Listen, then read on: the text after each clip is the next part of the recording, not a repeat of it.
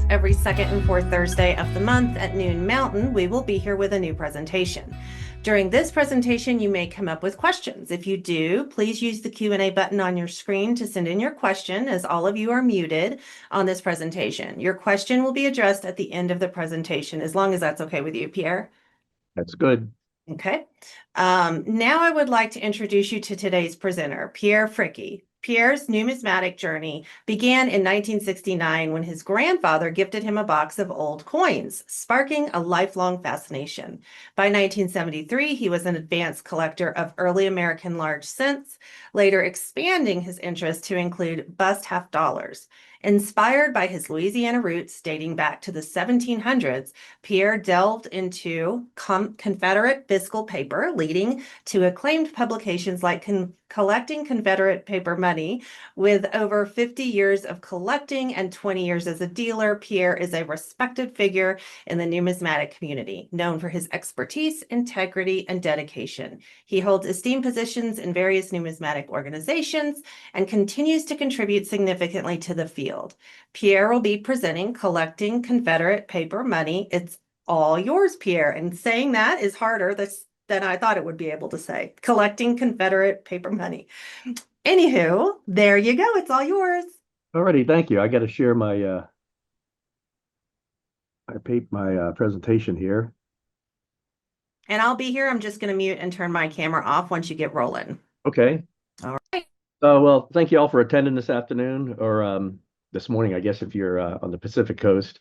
And this is an exciting opportunity for me to present. I've updated this presentation considerably since I've done it, I think, last time for A&A. So there's new stuff in here as well. Alrighty, well, again, the title of this is Collecting Confederate Paper Money. We're going to take you through a little bit of history and talk. We're going to have a lot of pictures of notes and some other things. I'm looking forward to doing that. At the bottom of this, if you're curious, this is the famous Montgomery $1,000 note on the left and the famous Stonewall Jackson $508 1864 note on the right. Let's keep going. So the Confederate States of America was formed in February 1861 in Montgomery, Alabama. The 7 states, South Carolina, Georgia, Alabama, Mississippi, Louisiana, Texas, and Florida, formed that. After Fort Sumter, other states joined that are in white here. There's a territory on the left that you normally don't see on Confederate maps, but actually was part of the Confederacy, the Arizona Territory, which actually spanned the southern half of what we know of Arizona and New Mexico today. And the New Mexico Territory was contested for a while in late 1861 into 62, but the Confederates had to abandon that and abandon the Arizona Territory by the spring of 1862. Missouri and Kentucky are also highlighted up here. Just to give you a little background on that, Missouri had kind of its own civil war, and the Confederates occupied parts of the southern parts of the state. They had their own paper money, Missouri, some Missouri state paper money, the state Confederate paper money. That's kind of interesting to collect. It's related to this, but not the same thing as national Confederate money that we're going to talk about today.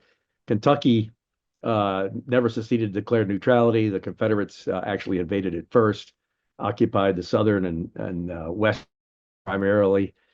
Were pushed out by early 1862 as well. So this is what the Confederate States looked like as it got started. As soon as they got the country started in early February 1861, they had to come up with a monetary system. And so this is financed with bonds, and they used fiat paper money. This paper money we're going to talk about today was not backed by anything, and it was just the faith in the government and the patriotic belief in the cause, as it were. There were 7 series of paper money authorized by the Congress, by Confederate Congress. The first act of March 9, 1861, the Montgomery notes were printed. There was $1 million of those issued. That doesn't sound like a lot of paper money today, but that was a lot of money, or a significant amount of money in that time frame. By 1864, less than 3 years later, the red notes with the blue backs that are most popular and most, or not necessarily the most popular, they are the most popular, the most seen. $200 million of those were issued, with more than $200 million of those are authorized, but more than 4 issued, giving you some idea of how far this expanded. There were many different printers, mainly in Richmond, Virginia, and Columbia, South Carolina. There was a printer two printers in New Orleans that were operational until that fell in April 1862. They printed up 70 different major designs. And you may ask, how come there's 72 T numbers or type numbers?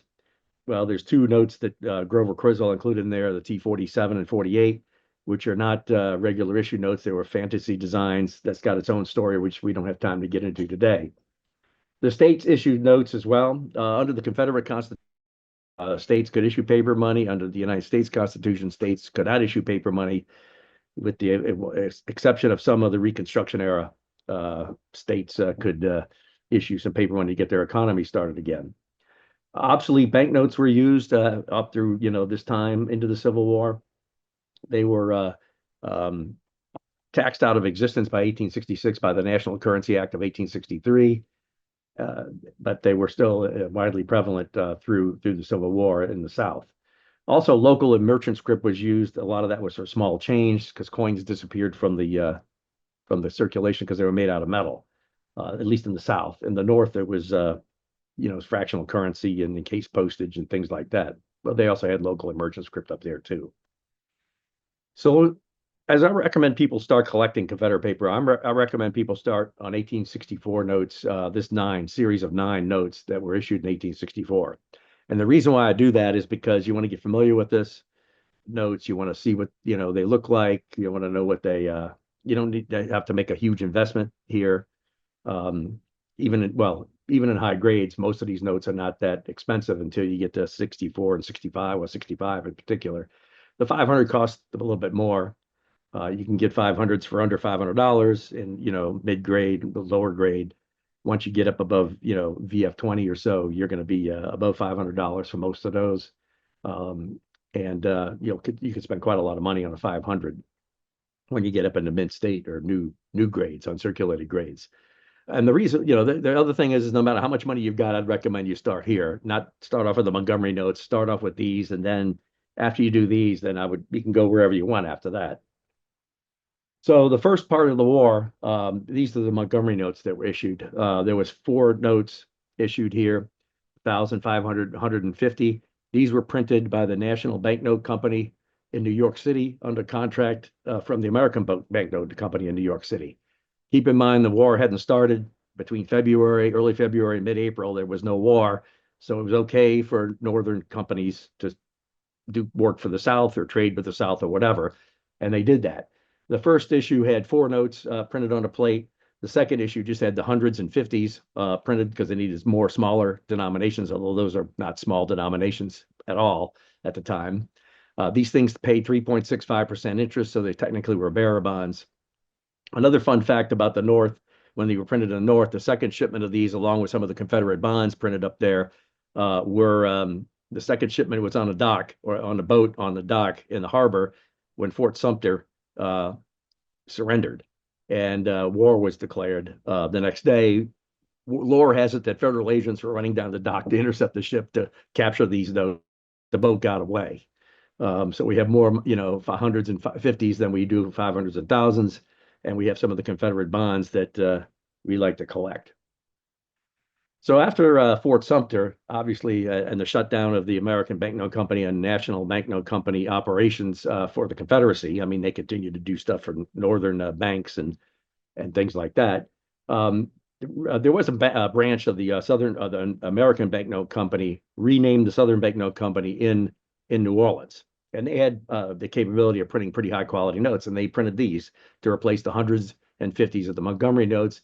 These also bore 3.65% interest. They're beautiful notes. The Montgomery notes, there was only 607 of the 500s and thousands, and only 1,606 of the 50s and hundreds. They did about 5,700 of each one of these. These are tiny numbers.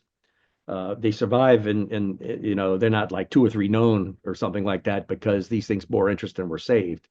So, we think there might be a 25% survival rate. We're not sure, but that might be a reasonable 20% survival rate, something like that. This is an example of the steel plate that the high quality Montgomery notes, and this is actually a T5 and 6 on a single plate that I just showed you in the last slide. So they were printed on steel plates where they had access to that. which was mainly in the North and in New Orleans, American Banknote Company. And so this plate survives. That's why we have a picture of it like this. And I believe it's in the Smithsonian Institute. It's the only one of these that we know of in this period. Now, we do know of 1864 plates, which were not made out of steel. They were made out of lithographic stone. And that's a whole nother presentation about how those things were made. But that's also why the quality of a lot of the Confederate notes is less than those early ones that I'm showing you here.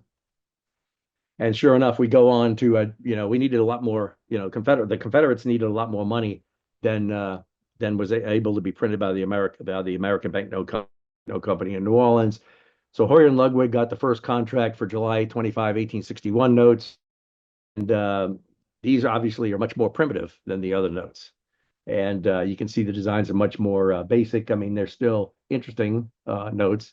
They had thick paper and thin paper.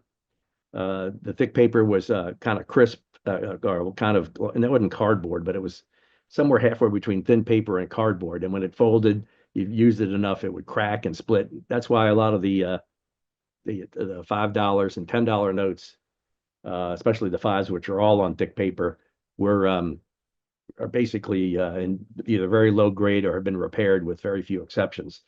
When you get to the thin note T10s, the $10 bill here, which is called Type 10, you can find them in a little bit better grade, but not very high grade because they all circulated.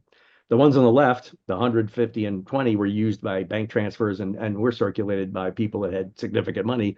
I mean, you wouldn't have gone to the grocery store like you do today with a $100 bill or a $50 bill or your credit card. This would have been a huge amount of money to go down to your local store or whatever to buy things. And so this stuff usually circulated for people making large purposes or banks and things. So you can find the 20s, 50s, and 100s and uncirculated, although the 100s are rare. By the way, these notes, the Montgomery notes, which I should have said in the beginning, Montgomery notes can range from about 4,000 or 5,000 for the hundreds and 50s in low grade, up to over 30 or 40,000 in high grade.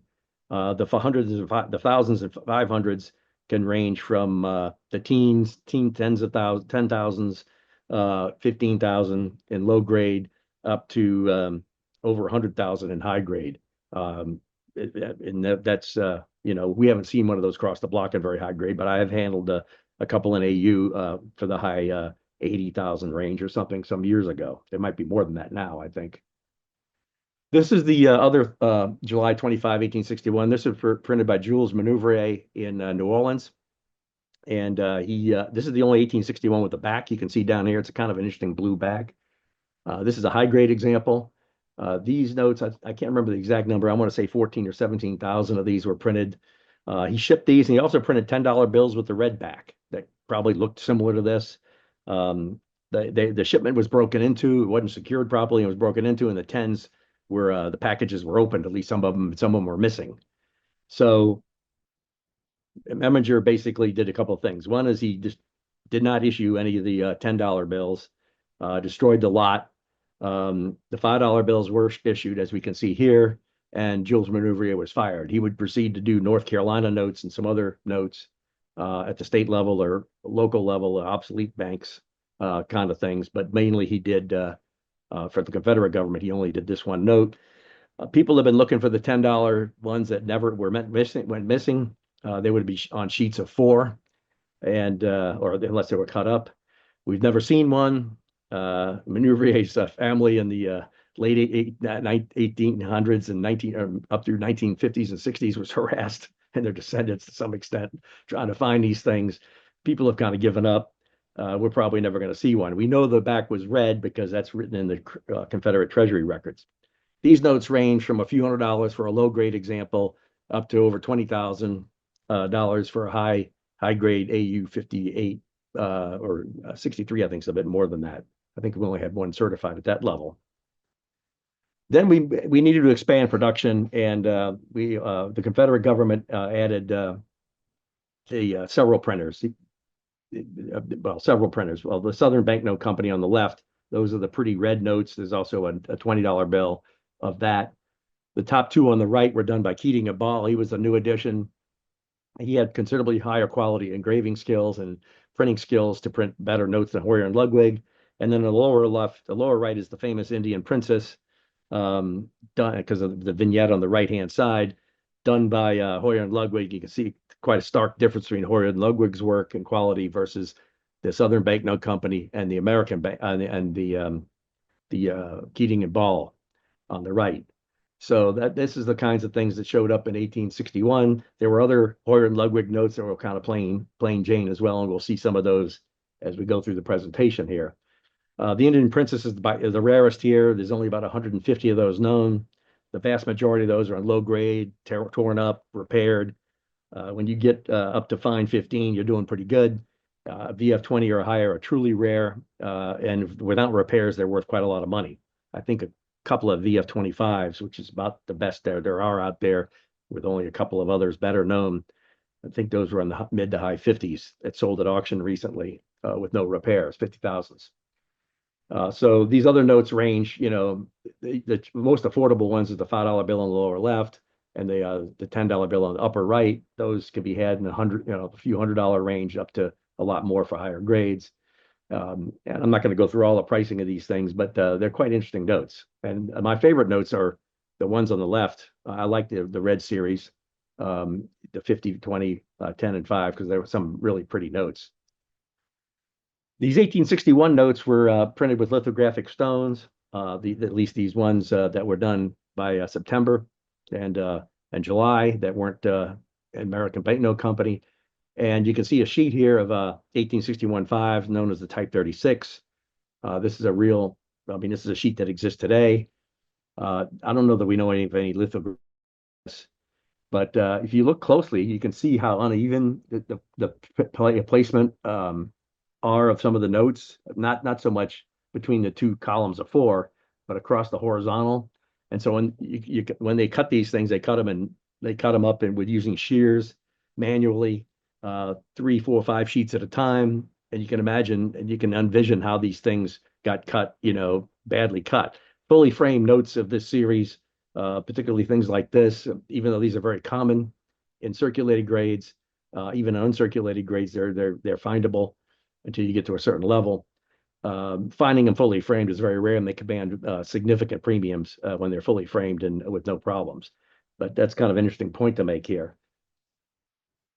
So during this as we get into 1862, by the way, the September 1861 note, all the notes weren't printed in September 1861. They went on and printed those through the end of 1862. So they, through that series was the authorization date, and they're dated all that, but they were printed as late as January 1863, some of them. During this period is when counterfeits appear, and you can see some of the counterfeit examples on the right. Some of them, like the top $100 bill, looks pretty crude. The 50 and 20 actually look pretty good. They actually were quite good.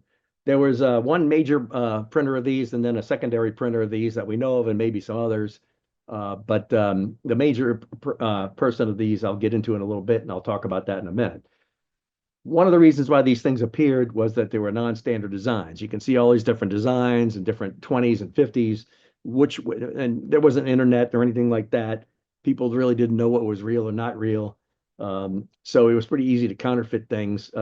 Even the top note circulated, even though it's pretty obvious to us today that's not real. The Confederates used stock vignettes, so they were pretty easy to get. They used the different papers these things were used meant, thin paper to thick paper meant that the counterfeiters could use different papers and they wouldn't necessarily know. There was a panic in the summer of 1862 on Hoyer and Ludwig notes. This first manifested itself as with Presley, the depositary in Charleston, that was a local office that would exchange old notes for new notes or old notes for bonds. They showed up in other locations. This caused a panic, and it didn't cause inflation as much as it caused a panic. People think that this caused a lot of inflation, but and it did contribute to it, but the Confederates actually contributed to inflation themselves with their government issues. The biggest problem this caused was it actually had people distrust the money and wouldn't take it. So it caused friction in the commerce, which slowed down their war efforts and things like that. So that was the biggest problem. In fact, Jefferson Davis is quoted as saying, Sam Upham, who I'm going to get to on the next page, who was the Philadelphia printer of these counterfeit notes, Sam Upham's caused more damage to the Confederacy than McClellan's armies, which is a pretty big statement, actually, and may well have been true in that time frame because McClellan really wasn't winning any victories until Sharpsburg or Antietam. So here's those notes put side by side, and you see, and I've got some pictures here. So these genuine notes are on the left, counterfeits are on the right. The first two, the first one is the crude note. These other two are the better quality notes. But you can see, the wheel spokes here. I've got circles around the vignette. There's George Tremble wrote the Counterfeit Confederate book. You can see it'll give you highlights of what's different about that vignette versus this vignette, and so on through the 20s. So that's how you kind of tell these things. So these counterfeits are worth collecting today, and they are some counterfeits are worth more than the genuine notes. And in particular, if they have Sam Upham's imprint on the bottom with his address on it, or facsimile Confederate note on the left, those tend to command a bit of a premium over the regular counterfeits. And some of these notes are worth as much or more than the genuine notes, depending on which note we're talking about. So here's Sam Upham. There's a picture of him here on the right. He was born in Vermont in 1819. He was in the Navy in the 1840s. He participated in the 1849 gold rush, wasn't successful, like most people weren't in the gold rush, but he was participated in that. He became a newspaper man back in Philadelphia. He opened a stationery shop in Philadelphia in the late 1850s until 1863, when he sold the shop to a gentleman, last name was to John Cromer. He was the most prolific counterfeiter, CSA counterfeiter. He sidestepped the Union laws, the United States laws on counterfeiting by putting his address facsimile Confederate note on the bottom and on the side, but it was pretty easy to trim those off and try to pass him as counterfeit money in the South. He sold this operation to John Cromer in 1863, who continued to print some of these counterfeits, and actually put ads for his hair dye on the back. Cromer's hair, used Cromer's hair dye and some of these things. Those are quite rare, and they're worth quite a bit of premium. They're pretty cool. The other guy, which I don't have a picture of, and I'm just going to pass and mention, was a guy named Winthrop Hilton in New York City. The high quality counterfeits were done by him, and he charged 10 times as much for the counterfeits as Upham did. But his counterfeits looked good, sometimes better than what the Confederates could produce, and they were pretty interesting notes themselves. On an aside, Jefferson Davis, I had a sting operation he personally coordinated in New York City. I mean, he wasn't in New York City, but he coordinated where the sting operation was happening in New York City, where an agent posed as a representative of the South, was talking to Winthrop Hilton. I don't know that Hilton knew that, but the Jefferson Davis and crew, or his people, made sure the New York authorities and the federal authorities knew that. And so he was talking to this guy and seeing coming and going from Winthrop's operation. So they arrested Winthrop Hilton and shut down his counterfeiting operation, even though he wasn't counterfeiting. He was counterfeiting Confederate money. So that was a pretty interesting spy movie. Or not movie, but a saga. Probably would make a pretty interesting movie, I guess. You have to fill in a lot of the blanks, though. Okay, we move on to other 1862 notes printed by Hoare and Ludwig at the top, and Keating and Ball at the bottom. These are very popular. The train notes at the bottom, and the slaves hoeing cotton at the bottom, and the train at the top. These notes bore twice as much interest as the Montgomery notes, 7.3%. And the interest would start typically, well, sometimes when the date on the front, but usually that's if it was issued directly. But a lot of these things were issued by let me see, captains and majors in the Army that were like quartermasters or assistant quartermasters, and they would use these notes to purchase, supplies and guns and various things from sutlers and other people, and they would use these notes and they would sign the backs, and that's when the interest would start on those things. So you see issued September 9, 1862. The captain's name is right there, and that's when the interest would start. And you'd go to your local depository office and get at the beginning of the year in January and get it stamped and collect your 7.3% interest or whatever that would add up to in the partial year. Some of these were issued not by quartermasters or whatnot, but it were issued in various locations. Like here's issued Bonham, Texas, April 2nd, 1863. And that would be another indicator when the interest starts. And collecting those places issues is also very popular. The military issuers, people like collecting those as well. So we move on from the hundreds. We haven't had any small change yet. The smallest notes we've seen are $5 notes. That was quite a lot of money. The Confederates relied on state issued Confederate notes or obsolete banknotes, script, and I say obsolete banknotes, $1, $2, and fractionals. That's what they used. But there was a cry out for getting more small change into circulation that was nationally recognized. So they began printing ones and twos in June 1862, and you see example of one of each up here at the top. And then when you get to December 1862 and April 1863, which the 50s of December 1862, the fifth series, the sixth series of notes was the 1863 note on the right. These things had backs on them to help make it harder to counterfeit them. That slowed the counterfeiters down for sure, because not as many of these were counterfeit, and when the ones you can find are pretty scarce. But it didn't stop them entirely. So these notes are much more affordable to collect. I mean, some of the 1861 notes are affordable to collect too, like the 10, 100, and 20 and 50 I showed on the other page that were Boyer and Ludwig notes. These notes tend to be more affordable. I mean, the low grades, these things can be had for anywhere from 30 to a couple $100 and up to when you get into mint, new condition, they could be, several hundred or north of 1,000 or a couple thousand for the one at the upper right. So after you do 1864, if you're not looking to spend, jump into the real rare stuff, you might back up to 1863 and then December 1862 and June 1862, and almost all those are very affordable. All those are very affordable to collect.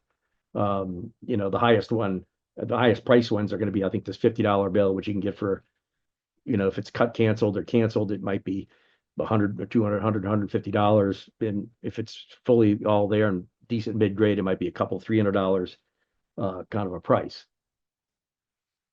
So the Confederates were issued these series, and this is one of the things that hurt the South a lot in terms of finances, because they had shortage of money the further west you got, because their railroad system wasn't that good, their transportation system wasn't that good, and all the money, whether it's printed in New Orleans, Columbia, or in Richmond, had to be shipped to Richmond to be signed and registered and serial numbered before it was reissued out. So you can imagine it took a while for this money to get out to Texas or Arkansas or Louisiana and places like that. One of the things they did that really was trying to control inflation, but it was an ill-fated strategy. Christopher Memminger was the Secretary of Treasury. You see his picture here on the left. And the 1863 and earlier notes were to be taxed and turned in for new notes of 1864, the blue backs we showed at the beginning. And if you didn't do that, you would only receive 90 cents on the dollar after April 1864 in the east and west of the Mississippi River after July. They gave them a little more time. Keeping in mind the Union controlled the entire Mississippi River, you had to kind of sneak across, and it wasn't easy to get large shipments across the Mississippi River by that point. In the west of the river, they came up with a strategy to really alleviate the problem of shortages of money by issuing putting these stamps on the older money and saying you won't be taxed if you have this stamp on it. And so the government reissued this paper money here. You got the black straight line Trans-Mississippi stamp on the 50. You got a closer up of the red round Trans-Mississippi stamp. And these stamps on different types are quite collectible. They're actually, some of them are very rare. And these are kind of cool to collect. But that's why you see these stamps on here, is because these things were reissued as a second time. So they circulated twice. So finding anything above, fine to very fine or VF20 or so is actually quite a feat, because these things actually circulated twice. The Trans-Mississippi notes, the cheapest you can get those, in modest grade or cut canceled or cut out canceled, maybe a couple $100. I don't remember exactly this $50 bill is, but it's really rare. It's several $1,000s, I think, because there's probably only a small number of those known, of that one on the left there on the bottom. So we already talked about the 1864 notes. We're back here again. I just wanted to show a picture. I didn't show a picture of the blue back. The blue back, the 50 cent ones and twos and the 500s for some strange reason didn't have a blue back.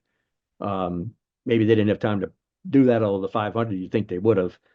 But they were actually planning on fancier backs to make it harder to counterfeit on high quality plates imported from England. These plates, unfortunately for the South, were intercepted by the Union blockade.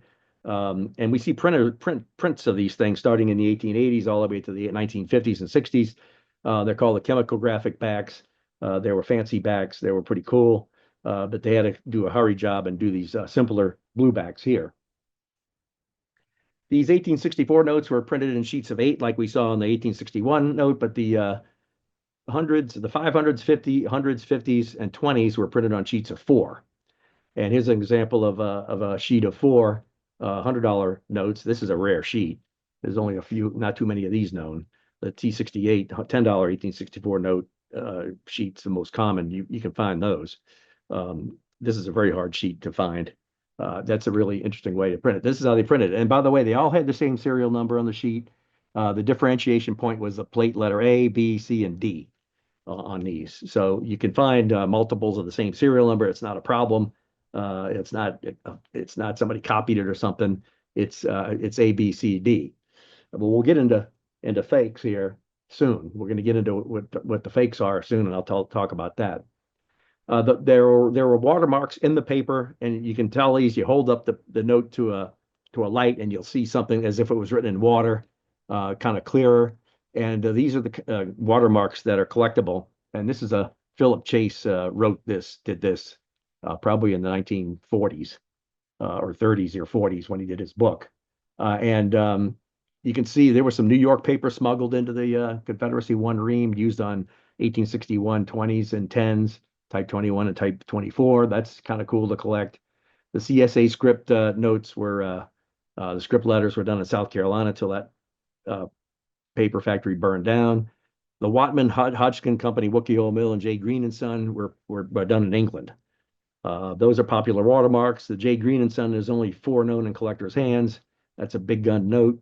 I sold my example of that in 2017 at the Kansas City Paper Money Show for $20,000. It was in fine to very fine, cut canceled. Hodgkin and Company, Wookey Hole Mill, those will range from a couple thousand, 1,500 to 2,000 in really low grade, bad shape, but mostly above 2,000 up to, depending on what type it's on, up to 10,000.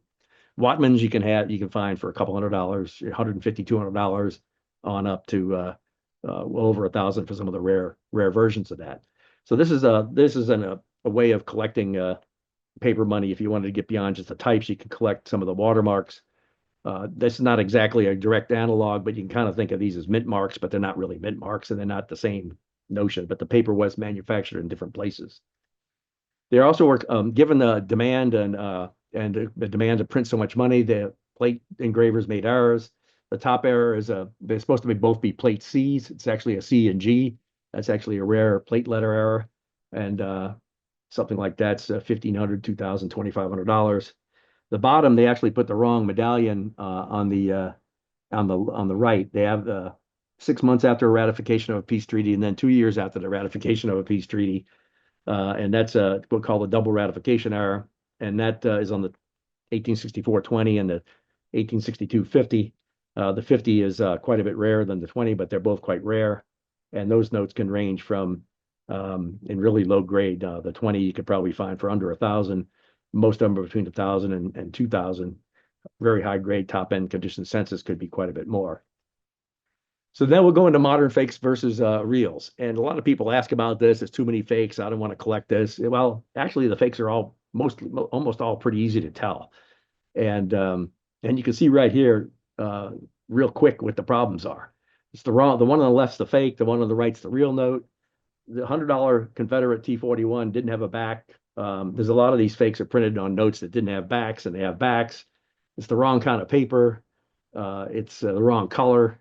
It's very easy to tell the difference between these things in most cases. Here's another example. This is on the left-hand side is an example from the Cheerios. I think this is from the Cheerios era, the 1950s. They used to put packs of Confederate money in Cheerios boxes, believe it or not. A lot of people still think these are real when they find them and they don't know about Confederate money, or they find it in their inheritance, and grandfather had these things for 50, 70 years, and they had it before that. And I said, well, they could have had it for 50 or 70 years because they could have had it for that long because these are 1950s notes. But beyond that, I can guarantee you they didn't have much before that because this notes weren't in existence before then. The real one's on the right, and you can see there's obvious difference in color, the paper quality, and the design of the back is wrong. There are some fakes that look like they're real that are copies, but they're on the wrong paper. Those are hard to tell on the internet. So you got to know who you're dealing with on the internet. But when you get the thing, or when you get these things, you feel the paper. You can look at the paper, and it's obviously the wrong kind of paper once you're familiar with these notes. And it's pretty easy to tell, even those once you get familiar with what you're looking at. They're not quite as easy to tell as these, but they're fairly easy to tell once you know what you're looking at. So there's no Chinese counterfeits of these things. These things would be, I mean, there certainly could be counterfeited by the Chinese or somebody, but there'd be a lot of work because all these serial numbers and signatures are all hand signed. So that's a lot different than stamping out coins. So I have not heard of anything like that going on here. Most of the fakes that are circulating around are from the 1960s and before, unless they're more modern photocopies, and they're pretty easy to tell because they're on the wrong paper again. The last one I'll show you, this is the famous $1,000 bill, 292, 297 serial number against the real one. Obviously very different. I get calls or email. I don't get calls so much on this anymore, but I get emails on this every now and then. And if anybody says I got $1,000 Montgomery note and they say it's serial number 297, it's automatically fake. There is one $1,000 bill, 297, that's real, that survives. It's in the Emmett collection in the New York Public Library. I've seen the note. So unless somebody broke into the New York Public Library and stole that collection, which would make this a stolen note and worse. But that note was used as a foundation for these that were printed probably going back to the 1920s at least, and maybe even earlier, maybe even to the 1880s. One last thing I'll say about the fakes, these things are becoming collectible themselves up through the 1940s anyway. And the Cheerio stuff is good to give to kids for to teach them about history or whatever. But 1940s and before, the fake notes that were made and ad notes and things like that are collectible. They can be worth anywhere from $10, $20 up to $100 each now, some of them from the 1880s in particular. So that's kind of an interesting way to, collect if you wanted to collect some of the fake notes as well from those earlier periods. Let me just touch base on a couple of books.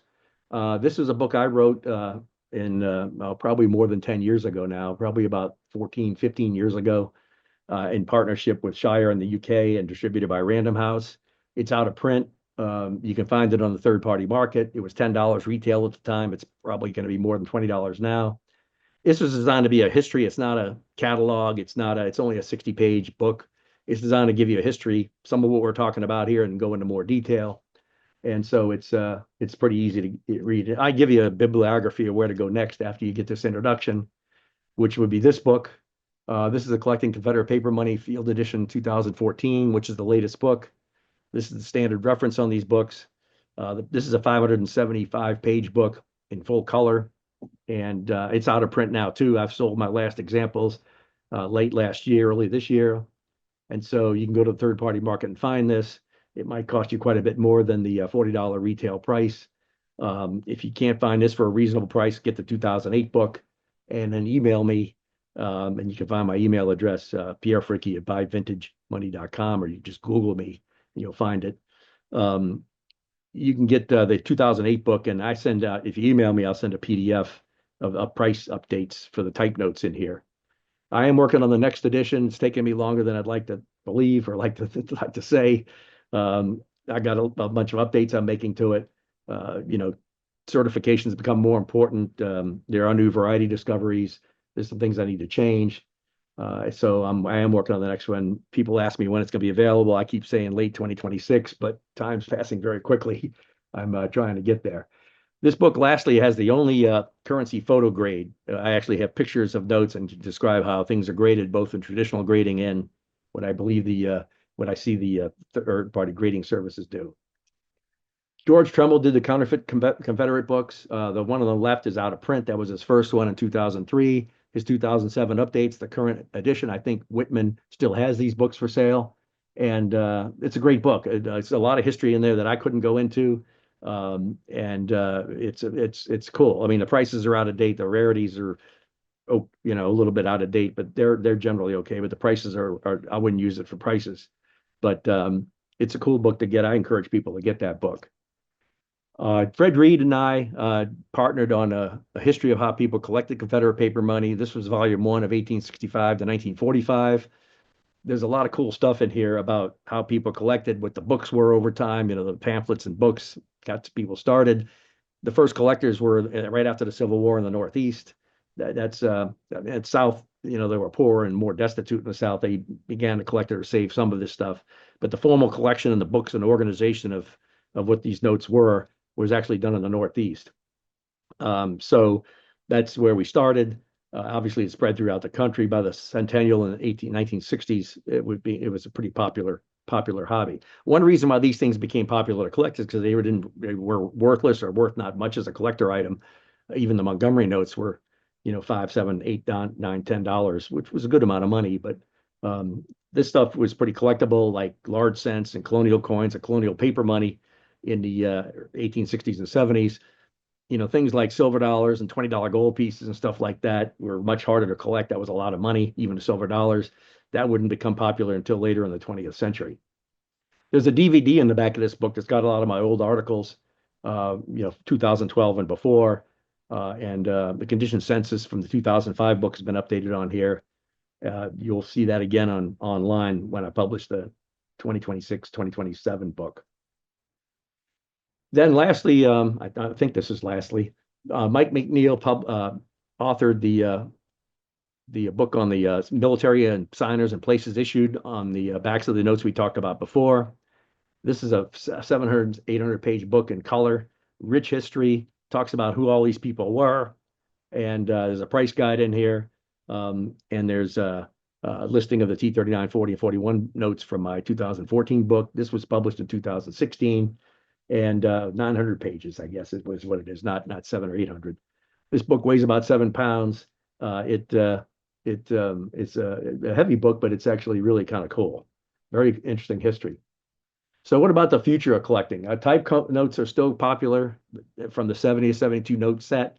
Focus sets, you know, we talked about that. A lot of people won't necessarily have the 100,000, 150, 200,000, depending on the grade level, to collect the full set.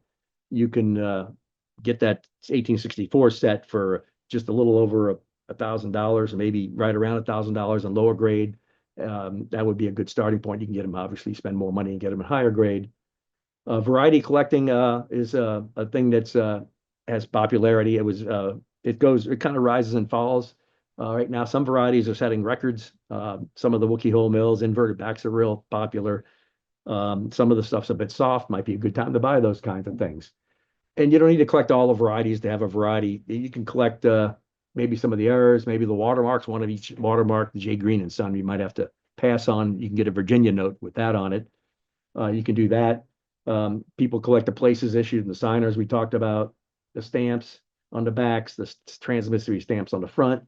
You know, 2000, you know, going forward, you see, you know, the Criswell type system remains the standard. My variety system has become the standard, replacing the Criswell Bradbeer. Criswell got his variety system from Bradbeer of 1915. So that's what's going on there. We've transitioned. There are a lot of younger people. I sell quite a lot of Confederate on obsolete notes, but especially Confederate notes to younger people. So there's younger people in there. There was a lot of study and talk about slavery's role in the war on money. I mean, that'll always be an ongoing thing. Slaves appear on multiple Confederate notes, and some people like to collect it that way. As we get later in the decade, you know, millennials will be taking over the hobby, and then we'll get to the Civil War bicentennial in 2061, of which I would be 100 years old at the beginning of that. And while it's theoretically possible I'll be here, probably not quite as good a shape as I am in now. It might be left to other people to take care of things at that point, I'm sure. At any rate, we'll stop there and we'll go to questions. Okay, we do have a few questions in here, so I'll read them out to you and then give you the chance to answer. So somebody asked about books, but you did just answer all of that, your recommendations for books. If you don't mind, do you mind stop sharing just so we can go back to? All right, that's a good point. I just have to find it there. There Okay. you go. Okay. Were most just printed on one side? I think you addressed that, but Yeah, most of them were the 1864, 1863, and the December 1862 notes all had backs except for the 2, 1, and 50 centers, and the 500 1864 series. Before that, the only one that had a back was the Maneuver 212 $5 bill. was there ever a bulk U.S. government seizure of Confederate banknotes? I can easily envision a GSA-style auction sale of seized notes after the war.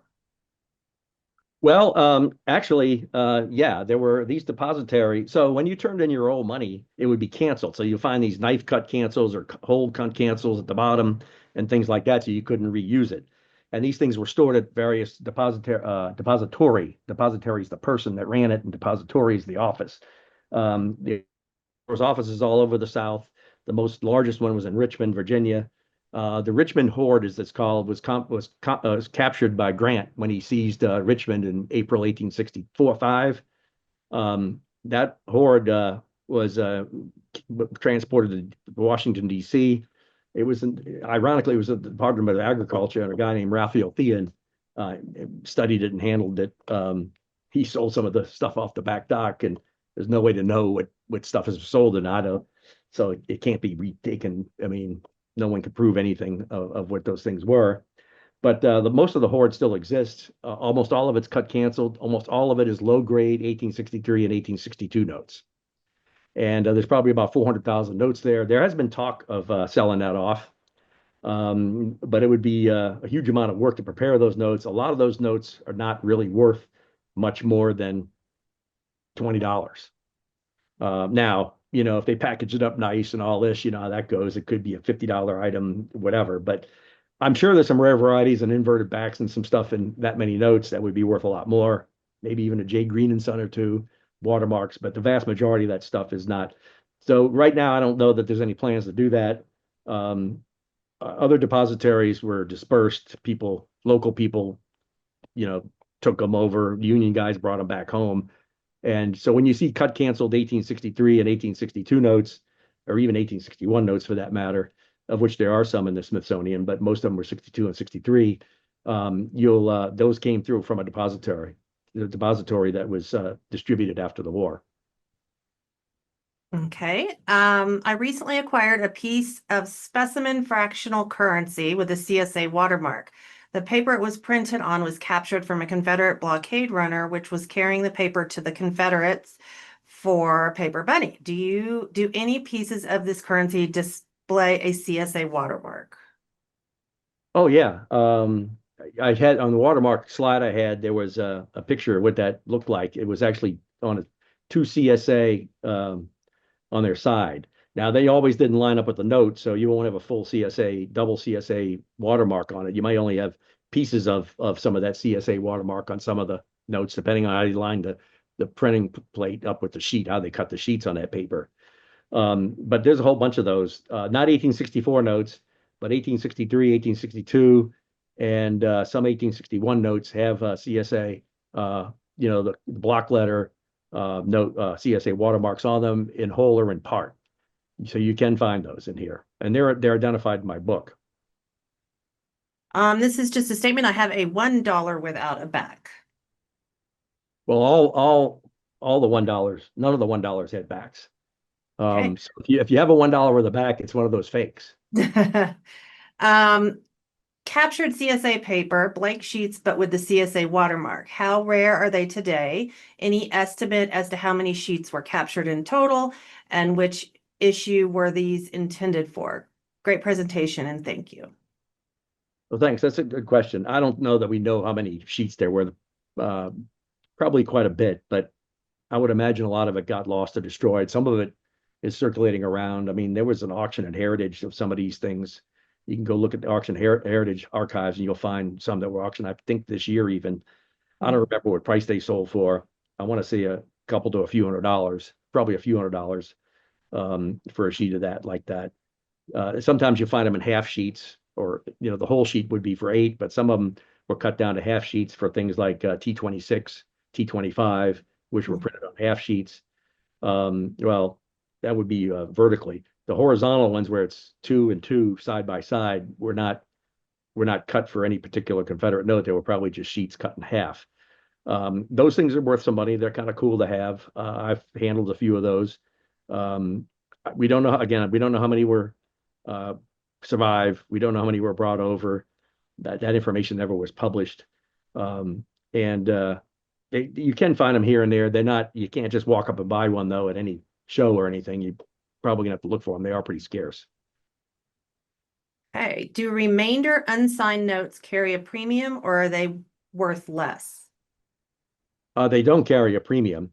Are they really worth less? Maybe a little bit. That's mainly 1864 notes. I'm trying to think here a little bit. Maybe a little bit less, but not a lot. Not really. I mean, if it's a nice note, people will keep them. I mean, the remainders by definition, unless they were damaged after the war, weren't circulated. So they come in high grade. I mean, I think I sold a MS60, a new 66 T69, and it commanded a pretty good, premium like a 66 would. Maybe not quite as much, but close. Okay, all new information. A lot went over my head, and an excellent introduction to research further.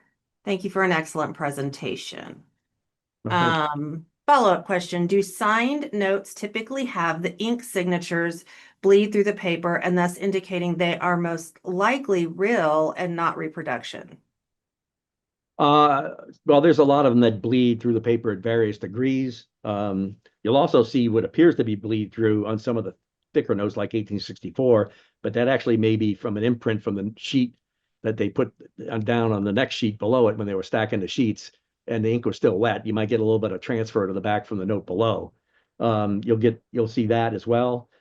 Ink bleed doesn't show up as not a negative thing. It's when ink burn. Ink burn is when it actually starts burning through the paper, and that's from the acid in the ink. And the way you'll see the beginnings of that is if you hold it up to a light, you'll see a crack, a very thin hairline crack in the signatures or the serial numbers. And so if you see a PMG or PCGS holder with ink burn, minor ink burn means it's pretty small, might look like the size of about 5 pinholes or 3 pinholes or something on a serial number. When it doesn't say minor, it tends to be on a whole letter or more of it tends to be on a good piece of a letter of the signature and stuff on the bottom. Or multiple pieces of the serial, multiple pieces of the serial number. That's called ink burn. That is a deduction and a negative. But will it tell you whether they're real or not? I mean, many of them don't bleed through. The way you tell they're real is 2 ways. One is most of the counterfeits are, like I explained, they're pretty easy to tell because they don't look like the real notes. The few that do look like the real notes are actually contemporary counterfeits made by Winthrop Hilton that we talked about before. Those are worth money themselves. Those, Raphael Thean, who I mentioned, studied these notes for years at the agricultural department where this stuff was stored, that Richmond hoard was stored until it transferred to the Smithsonian years later. He studied these things and he actually produced something called a Confederate registry, where he must have had patience of Job or something, because he actually identified the register and treasurer, the people that signed for those people, because the register and treasurer didn't sit around and sign notes except for the very beginning, the Montgomery notes and the T5s and 6s. Other than that, they had mostly women in the Treasury Bureau signing these things for them. And so they actually lined up the serial number ranges where these things were signed, and there was records of this as well. And so he actually put together a document which is extremely rare, that was reprinted by Dr. Douglas Ball in 1972, called the Registry of Confederate Debt.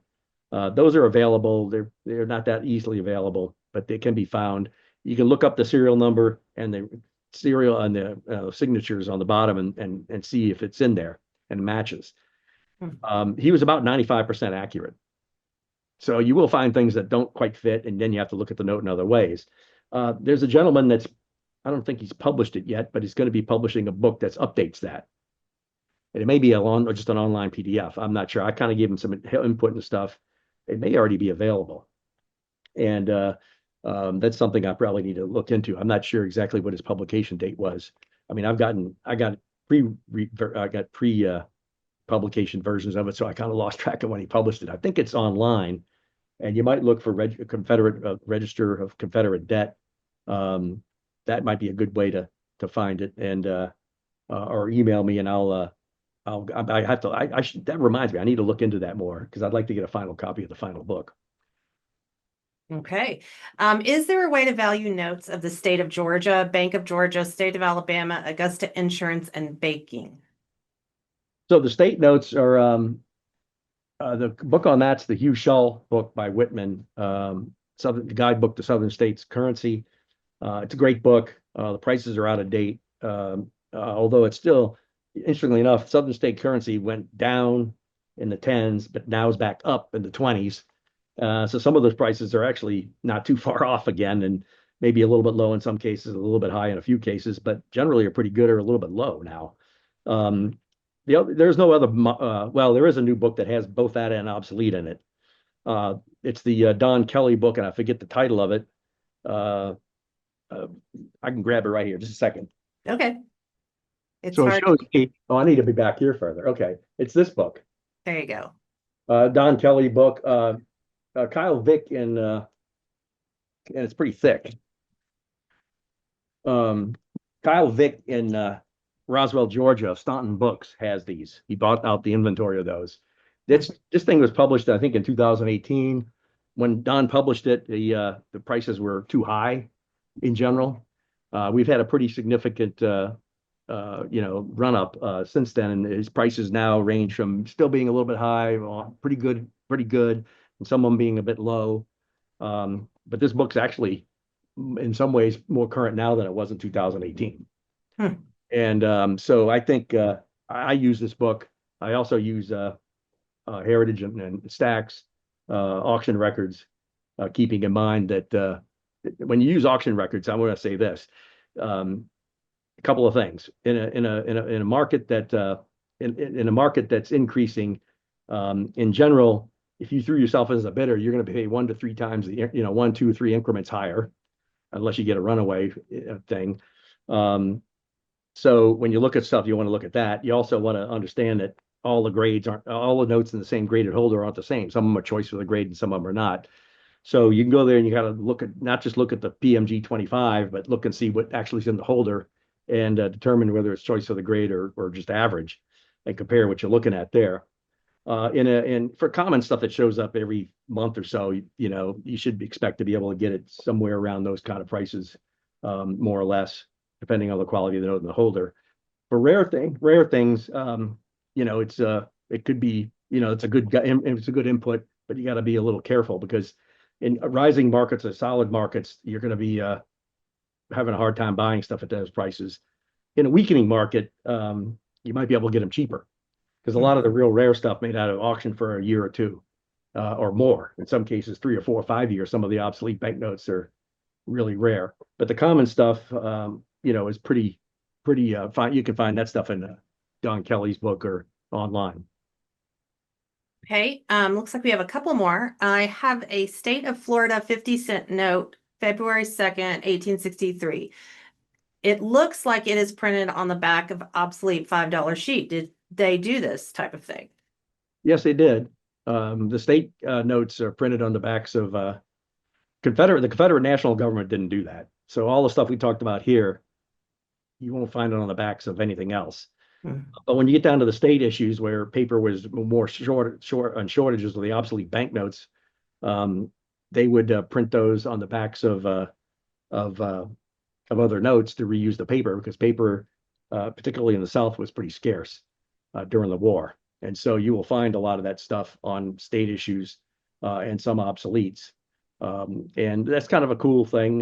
You'll look in Hugh Shull's state issue book, and you'll see these are different varieties, and they tend to be worth a bit more money than the one without a back like that.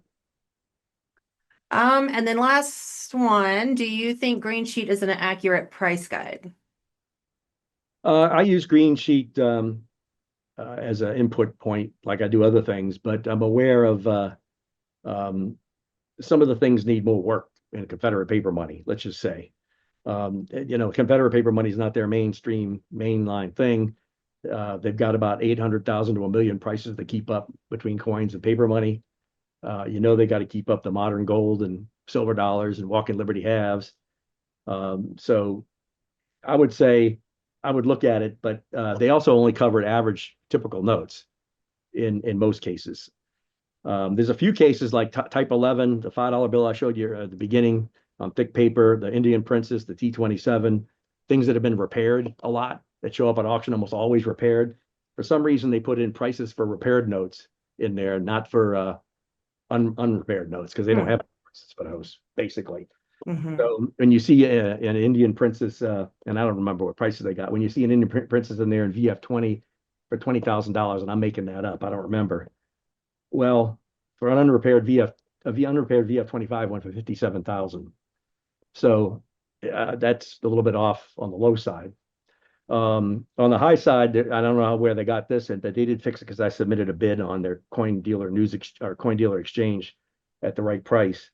The Type 28 and 63 was $1,500. I was selling them at $650, and I've submitted a bid since at $500 or $550 for wholesale, and I think it's been updated. So I would look at that, and I would reference other things as well, because in general, I have not been successful. One has not been successful in buying, especially choice notes, and John basically says they're not pricing choice notes, and they're pricing average notes. So it's an interesting guide to have. I subscribe to it. I use it for things, but I keep in mind that there may be other inputs as well. And one part of the market they're not really plugged into specifically for Confederate money is they're not plugged into the Civil War market. There's a whole Civil War community that's not necessarily part of the coin numismatic market that buys these things and collects these things. Some of those people are familiar with the numismatic market. Some of them don't. Interestingly enough, that market tends to want them raw, not certified more. So there's a whole nother market that's not really necessarily reflected in some of these price guides. Although I try to do it in mine because I'm aware of that, and that's kind of unique to Confederate paper money. All right, well, we're going to end the Q&A with a couple of thank yous and great presentations. So thank you, Pierre. Okay, and thank you for saying that you enjoyed the Money Talks at Worlds for Everybody. There's somebody commented. So let me wrap up just by saying thank you for joining us, all of you that were watching, and thank you to Pierre for a great presentation. Our NumismaTalks are being recorded and will be available on our website once they're edited. Please be sure to check for future programs on our website at money.org underneath the Education tab. You can find everything really easy peasy now. So again, thank you, Pierre, and I hope everybody has a great day.